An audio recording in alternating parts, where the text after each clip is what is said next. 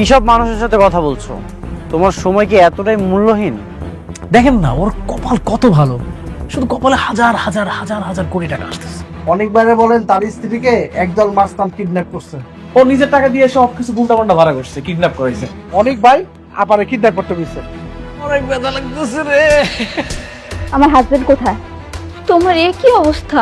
আমি অভিযোগ তোলার ব্যবস্থা করছি, আপনি ওকে ছাড়ার প্রস্তুতি নিন। আর একটু সহ্য করো, আমি তোমাকে এখান থেকে বের করবই। আপনার কপালো ভাই, এক বউ যাইতেছে আরেক বউর কাছে আপনার নামে অভিযোগ তুলে নেওয়ার জন্য।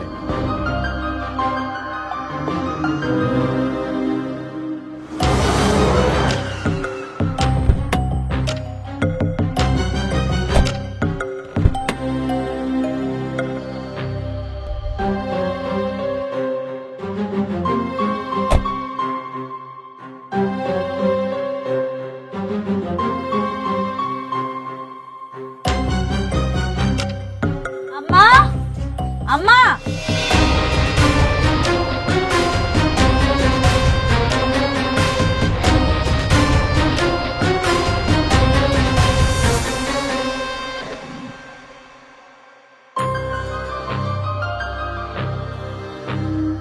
বাহ বাহ বাহ বাহ বাহ, হেব্বি তো। গরিবের ঘরে হাতির পাড়া। বাহ, তা কি মনে করে আপনারা আমার বাড়িতে চলে আসলেন শুনি? আসতে বাধ্য হলাম। কেন করছো তুমি এসব? কি চাও? একজন কিডন্যাপারের লগের থেকে ভালো আর কি করা যায়? আমি যাই না বুঝে মামলাটা করছি। ওর জন্য উপযুক্ত জায়গা হলো পুলিশ আর থানা। তুমি কিভাবে ভাবলে অনেক তোমাকে কিডন্যাপ করবে? কে বলেছে তোমাকে এসব? যারা করাইছে তারাই কইছে। আমি আমার সন্তানের নিরাপত্তা চাই। আমার সন্তান পৃথিবীতে আইব না, এর নিরাপত্তা দিব কি? তুমি আমাকে আর অনেককে আলাদা করার জন্য মামলা করেছো, তাই না?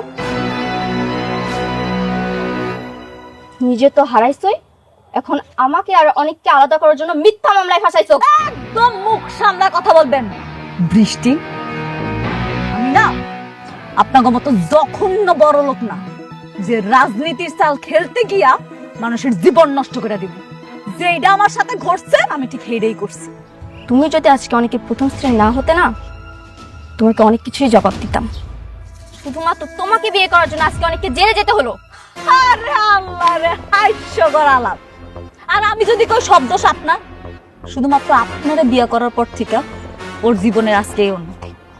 কোন স্ত্রী তার স্বামীকে মিথ্যা মামলা দিয়ে জেলে দিতে পারে না। অবশ্যই পারে। কেন পারে জানেন? যেই স্বামী তার স্ত্রীকে মারার জন্য অন্য একটা কিডন্যাপার আনতে পারে, সেই স্ত্রী তার পেটের সন্তানকে বাঁচানোর জন্য স্বামীর বিরুদ্ধে সব করতে পারে। তুমি বুঝতে পারছো না, অনেক তোমাকে কিডন্যাপ করেনি মেঘলা। শুধু ভালো না? আমারে যেহেতু কিডন্যাপ করেন, এখানে তো পুলিশ বুঝা লইব। আমার কাছে আনানোর দরকার কি আপনাকে? আপনারা বড় লোক মানুষ, বিরাট কারবার জান না, আপনাকে বিরাট কারবার দেখান। আমার এখানে আসার তো কোনো দরকার নেই। জান, তুমি মামলা তুলবে না, তাই তো? ঠিক আছে, বুঝতে পেরেছি। আমিও দেখবো তুমি আর কতক্ষণ অনেককে জেলে রাখতে পারো। আমি তো ওকে মুক্ত করেই ছাড়ব, দেখিনি।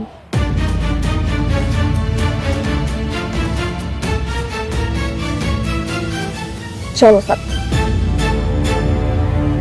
আচ্ছা, তুমি একটা কাজ করো, তুমি তোমার বাবাকে জানাও, ওনাকে জানালে নিশ্চয়ই কোনো একটা ব্যবস্থা করবে।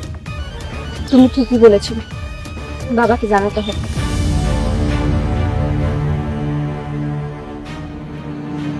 আরে ব্যাপারটা একটু যাচাই বাছাই করে নিতি। যাচাই বাছাই করার আর কিছু নেই আব্বা।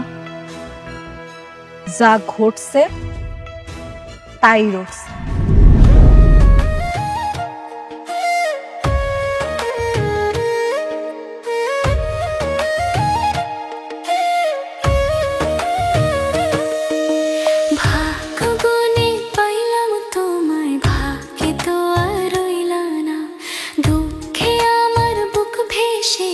সুখের দেখা হইল না, তবু আমি তোমার আশায় কাঁদি দিবারাত রোজ।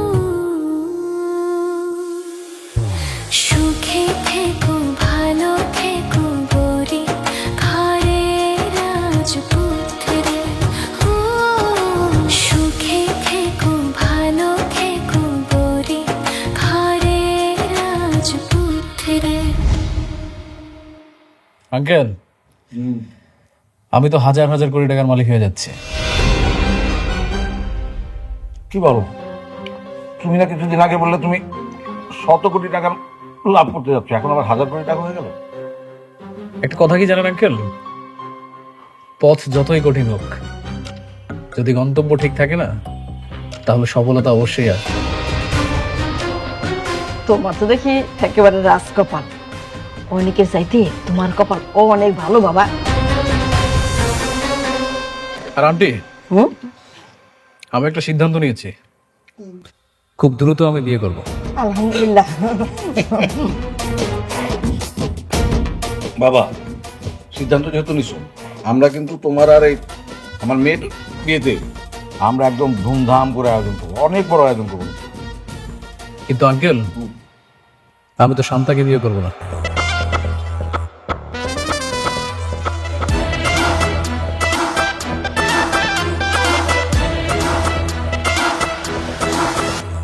আমি বিয়ে করবো মেঘলাকে, অনেকের স্ত্রী মেঘলা। কি বলছো এসব? আমাকে রেখে ওই বস্তির মেয়েকে বিয়ে করতে যাবে? কাকে বস্তির মেয়ে বলো? মেঘলা হাজার হাজার কোটি টাকার মালিক। তারপর তুমি অনেকের পরে কেন বিয়ে করবে? মানে তোমার সঙ্গে তো কথা ছিল যে তোমার সঙ্গে শান্তার বিয়ে হবে। আমার কপালটাই পোড়া, যাকে বিয়ে করতে চাই সে ওই বস্তির মেঘলাকে বিয়ে করতে চায়। আঙ্কেল, অনেকরে তো শত্রু বানায় জেলে পাঠাই দিচ্ছে, আর এই মুহূর্তে মেঘলাও একা। তোকে যদি আমি বিয়ে করতে পারি তাহলে হাজার হাজার কোটি টাকার মালিক হয়ে যাব। কিন্তু বাবা, সব সম্পত্তি পাওয়ার পরে তুমি কি আমার মেয়ের বিয়ে করবা? অবশ্যই করব। সম্পত্তি পাওয়ার পর বস্তির মেয়ে বস্তিতে। দেখো রাতুল, আমার ভাতিজারে কিন্তু খুব সাবধানে হ্যান্ডেল করবে। যে কখন কি করে ফেলবে তার কিন্তু ঠিক নেই। আপনি এটা নিয়ে টেনশন করবেন না, আপনার ভাতিজা আমার কিচ্ছু করতে হবে না। এখন আপনি খোঁজ নিয়ে দেখেন, ওকে পুলিশ এই মুহূর্তে ধরে হয়তো হাড় হাড্ডি ভেঙে দিয়েছে। আপনি কেন রিল্যাক্স।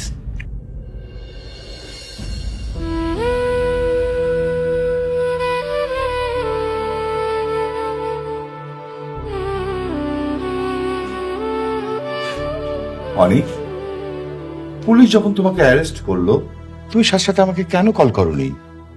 পুলিশ তোমাকে মেরে আহত করলো, আমি যদি জানতে পারতাম তোমার এই অবস্থা কোনো মতেই আমি করতে দিতাম না। বাবা, সব কিছু হঠাৎ করে এমনভাবে হয়ে গেল, আমি কিছুই বুঝতে পারিনি। যাকে আমি বাঁচানোর জন্য ছুটে গেলাম, সে আমার নামে মামলা দিয়েছে, সে আমাকে পুলিশের কাছে ধরিয়ে দিয়েছে। অনিক, তোমাকে নিয়ে আমি আর পারছি না। একটা বস্তির মেয়ে বিপদে পড়েছে, তার বিপদ উদ্ধার করার জন্য কেন তোমাকে ছুটে যেতে হবে? বাবা, আমি ওকে যেতে বলেছিলাম। তার মানে তুই অনিককে তোর সতীনের কাছে পাঠিয়েছিস? আচ্ছা, ওকে যে পাঠালি ওখানে, যদি ওর বড় ধরনের কোনো বিপদ হতো? ভেবেছিলাম একা একটা মেয়ে বিপদে পড়েছে, সাহায্য করা দরকার। ও তো যেতে চায়নি, আমিই জোর করে পাঠিয়েছি। এখন বুঝতে পারছি কত বড় ভুল করেছি। সব দোষ হচ্ছে তোর। খবরদার, অনিককে কারো কথায় আর কোথাও পাঠাবি না। অনিক, খাও, আর এখন থেকে সাবধানে থেকো। হ্যাঁ,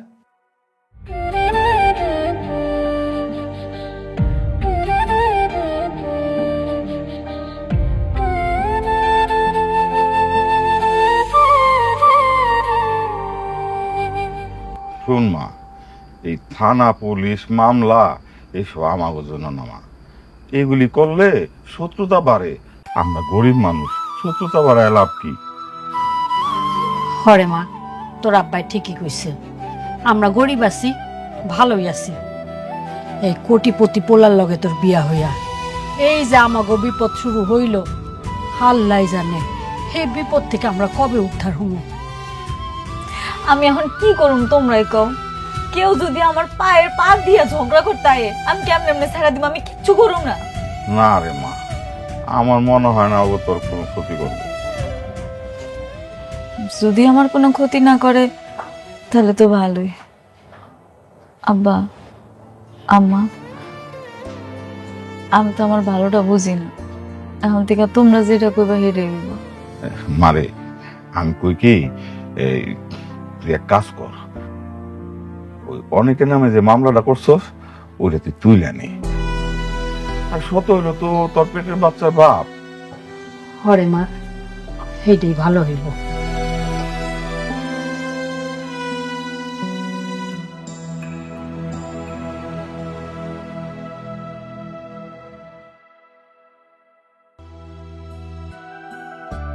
স্যার, আসসালামু আলাইকুম। ওয়ালাইকুম আসসালাম, বসেন। জি বলেন। স্যার, আমি মামলাটা তুলে নিতে চাই, আপনারা ওনারে ছাইড়া দেন। ওনারা তো গত রাতে ছেড়ে দেওয়া হয়েছে, মানে উনি জামিন নিয়ে চলে গেছেন। কি উনি চলে গেছে?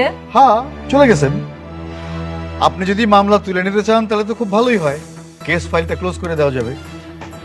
এই মানে আপনারা কি ওনারা মারছেন?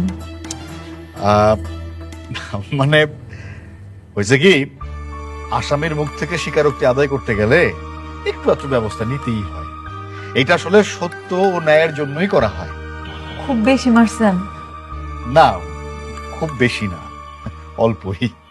আপনারা ওনারা কেন মারছেন? আমি তো আর মারতে বলি নাই, শুধু শুধু একটা লোক কষ্ট পাইলো না।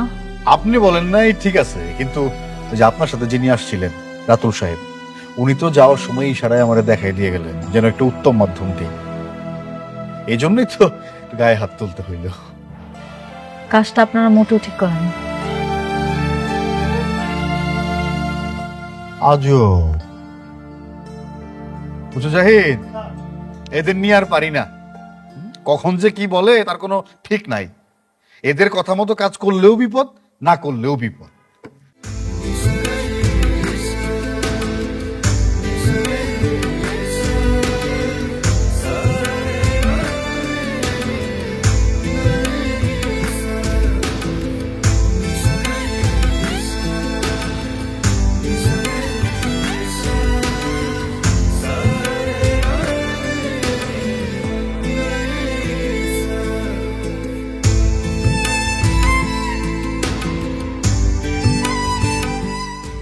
কি হয়েছে তোমার?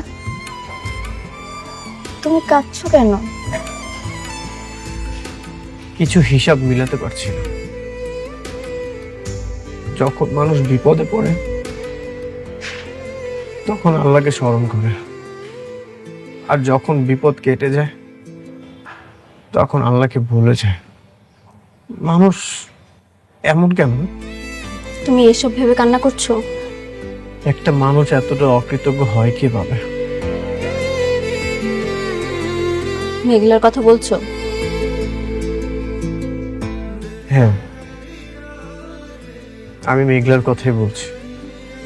জান, আমার জীবনে আমি কখনোই কাউকে ভালোবাসিনি। তুমি আমাকে কতবার প্রপোজ করেছিলে, তাও তোমাকে আমি ভালোবাসিনি। তোমার প্রপোজাল আমি অ্যাকসেপ্ট করিনি। আমার একটা ইচ্ছা ছিল, আমি যখন বিয়ে করব আমি আমার বউকেই ভালোবাসবো, আর তার জন্য আমার সব ভালোবাসা আমি জমা রেখেছিলাম। যার সুখের জন্য, যার ভালো থাকার জন্য আমি এত কিছু করলাম, সে এইগুলোর এই প্রতিদান দিল।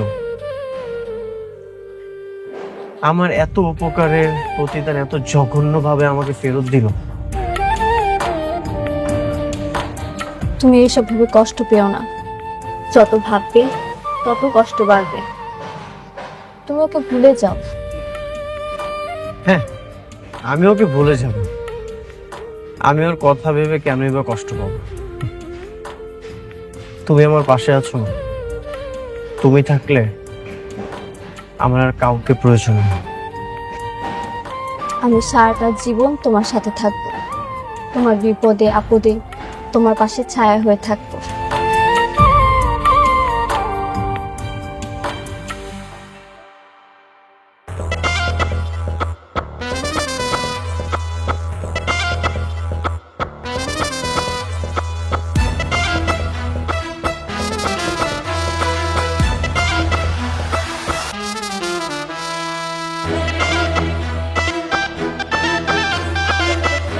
আন্টি, আঙ্কেল, এই যে দেখেন বাজার থেকে আপনাদের জন্য টাটকা টাটকা মাছ আর সবজি নিয়ে আসছি।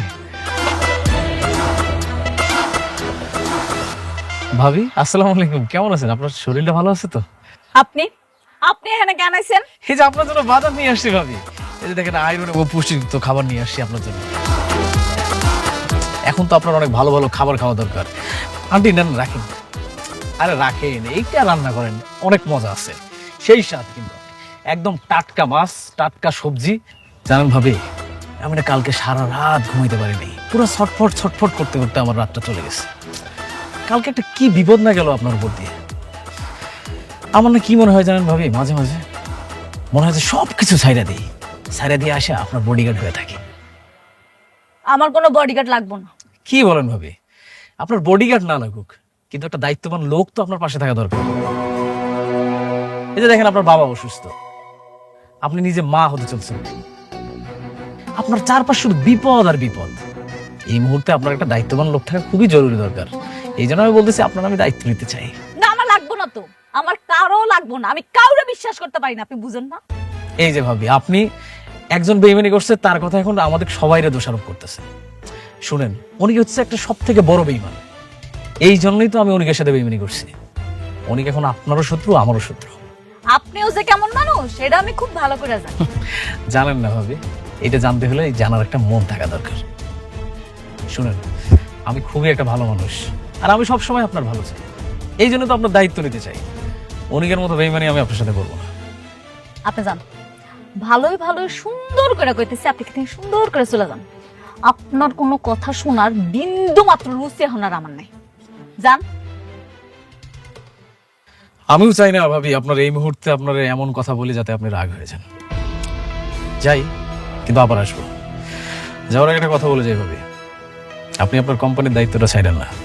এই মুহূর্তে আপনার ক্ষমতা থাকা দরকার। না, দরকার নেই, আমার কোনো ক্ষমতার দরকার নেই। কেন দরকার নেই জানেন? আপনাকে মতন আমি লুবি না, আমি একাই অনেক ভালো আছি, আমার কোটি টাকার প্রয়োজন নাই। ভাবি, আপনি ভালো মানুষ, কিন্তু অনেক কিন্তু একটা বেইমান। ও কখন কোথায় কি চাল চালবে আপনি কিন্তু নিজেও কল্পনা করতে পারেন। আপনি কি যাইবেন এখান থেকে? যান কইতাছি। ভাবি, এইটা প্রতিবাদ করতে গেলেও আপনার কিন্তু ক্ষমতার দরকার আছে, এই কথাটা আমার মনে রাখেন। থাকেন, আসি। এদিকে আন। আম্মা, ওনার এই জিনিসপত্র এটি দিয়া দাও।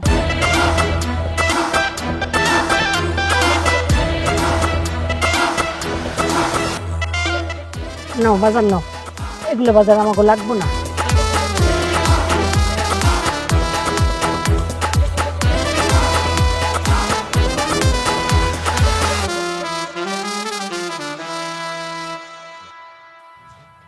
মারে, আমার মনে হয় পোলাটা একটা কথা কিন্তু ঠিকই কইছে, তুই কোম্পানিটা ছাড়িস না।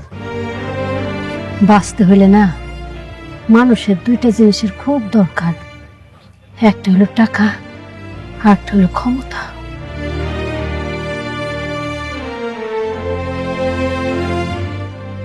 তোমরা ঠিকই কইছো, আমার আরো শক্ত হইতে হইব। এখন থেকে তোমরা যা কইবা আমি তাই করব। আমি অফিসে যাব না। আমা, তাই কর।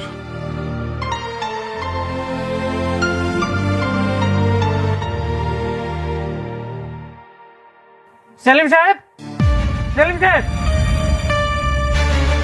লোকজন সব কোথায়? কাজ অফ কেন? স্যার, সালিমা বিল্ডার্স গ্রুপের লোকজন এসে আমাদের সাইটে যত লোক আছিল সব নিয়ে চলে গেছে স্যার।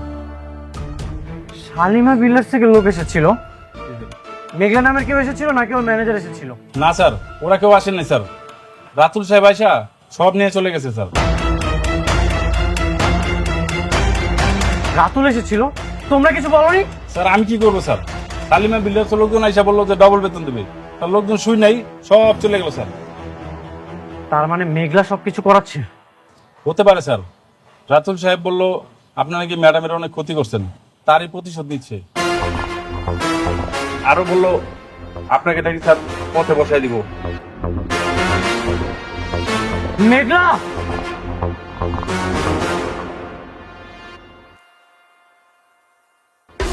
কোথায় যাচ্ছেন? অনুমতি ছাড়া যাওয়া যাবে না। আমি মেঘলার সাথে দেখা করতে চাই। না, অনুমতি ছাড়া যাওয়া যাবে না। আমার কোনো অনুমতির প্রয়োজন নেই। আপনি কি রুলস মানেন না? আপনি সবাই থেকে সরেন। এই ব্যারিকেড ধরেন তো নাকি?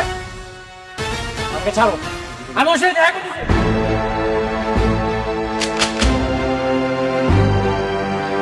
ওনার সাইডে দেন।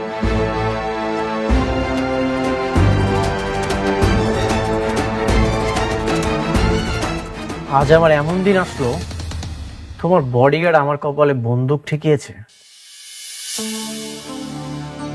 আপনারা যান। আমার জীবনে তোমার মতো অকৃতজ্ঞ মানুষ আমি খুবই কম দেখেছি। তোমার এত টাকার অহংকার হয়ে গেছে, তুমি এখন আমার পিছনে লেগেছো। কি কি করছি আমি? কি করো সেইটা বলো। তোমাকে আমি বাঁচাতে গেলাম আর তুমি আমাকে পুলিশ দিয়ে মার খাওয়ালে।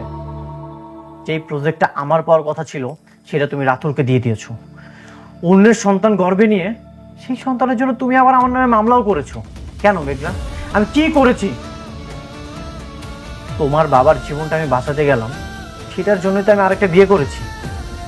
এটা কি আমার অপরাধ ছিল? তুমি আমার সাথে এত কিছু করেছো, আমি কিছুরই প্রতিবাদ করিনি, কিন্তু এগুলো কেন করছো তুমি? কিন্তু আমি তো তোমার কিছুই বলতে হবে না। তুমি আমার এত ক্ষতি করছো, তারপরে তো আমি কিছু করিনি। শেষমেশ তুমি আমার কাজটা বন্ধ করেছো। তুমি আমার সাইট বন্ধ করে আমার শ্রমিক নিয়ে গেছো, তাদেরকে তুমি দ্বিগুণ বেতন পর্যন্ত দিয়েছো। কেন করেছো এইসব? আপনার লোক নিয়েছে মানে? হ্যাঁ, আমার প্রজেক্টের সব শ্রমিক আপনারা নিয়ে গেছেন, আবার তাদেরকে দ্বিগুণ টাকার লোভও দেখিয়েছেন। কেন? দেশে কি আর কোনো শ্রমিক ছিল না? কই, আমরা তো কিছু জানি না। আপনারা না জানলেও মেঘলা সবই জানে। ও খুব ভালো মতোই জানে আমার কিভাবে ও ক্ষতি করতে চায়। একটা কথা মনে রেখো মেঘলা, সময় কিন্তু পরিবর্তন হয়। ঘড়ির কাঁটা স্থির থাকে না, সময় পরিবর্তন হবেই।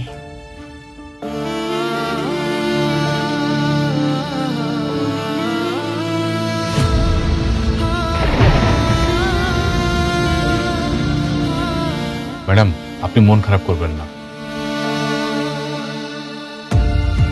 ম্যানেজার আঙ্কেল, আমাদের কাজের জন্য ওনার লোকজন আনতে বলছে কি? আমি বলছি?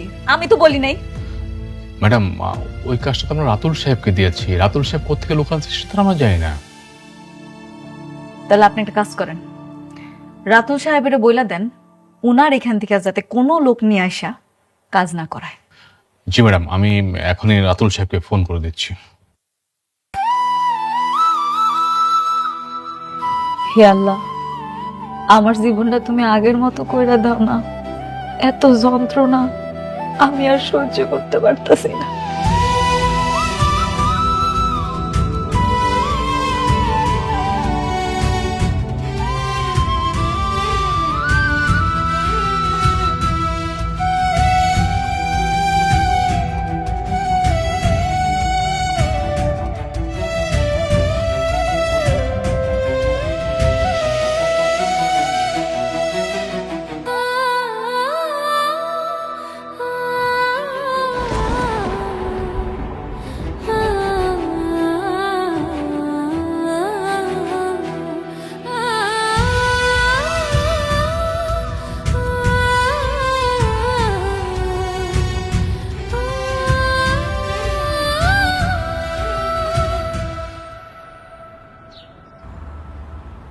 আপনার বাচ্চার বাবা যদি সত্যি সত্যি আপনার স্বামী হয়, তাহলে ডিএনএ রিপোর্ট আলাদা হলো কিভাবে? আমি জানি না ভাই, আমি কিচ্ছু জানি না, আমি কিচ্ছু বুঝতেছি না। শুধু এতটুকু কইতে পারি আমি কোনো পাপ করি নাই। আমার এই পেটের সন্তান অনেকেরই। আমি আপনার আবেগ বুঝতে পেরেছি, কিন্তু আইনের কাছে আবেগের কোনো মূল্য নেই। আইন খুঁজে প্রমাণ। আমার কাছে যে প্রমাণ নাই, এটাই তো সমস্যা। প্রমাণ ছাড়া কিভাবে বোঝাবো যে আপনার সন্তানের বাবা কে? এটা তো অসম্ভব ম্যাডাম। একটা উপায় আছে। আমি শুনছি যেই সব মামলা থানায় নেয় না, ওগুলা নাকি কোর্টে নেয়। আমি আমার সন্তানের অধিকার আদায়ের জন্য কোর্ট পর্যন্ত যাইতে রাজি আছি।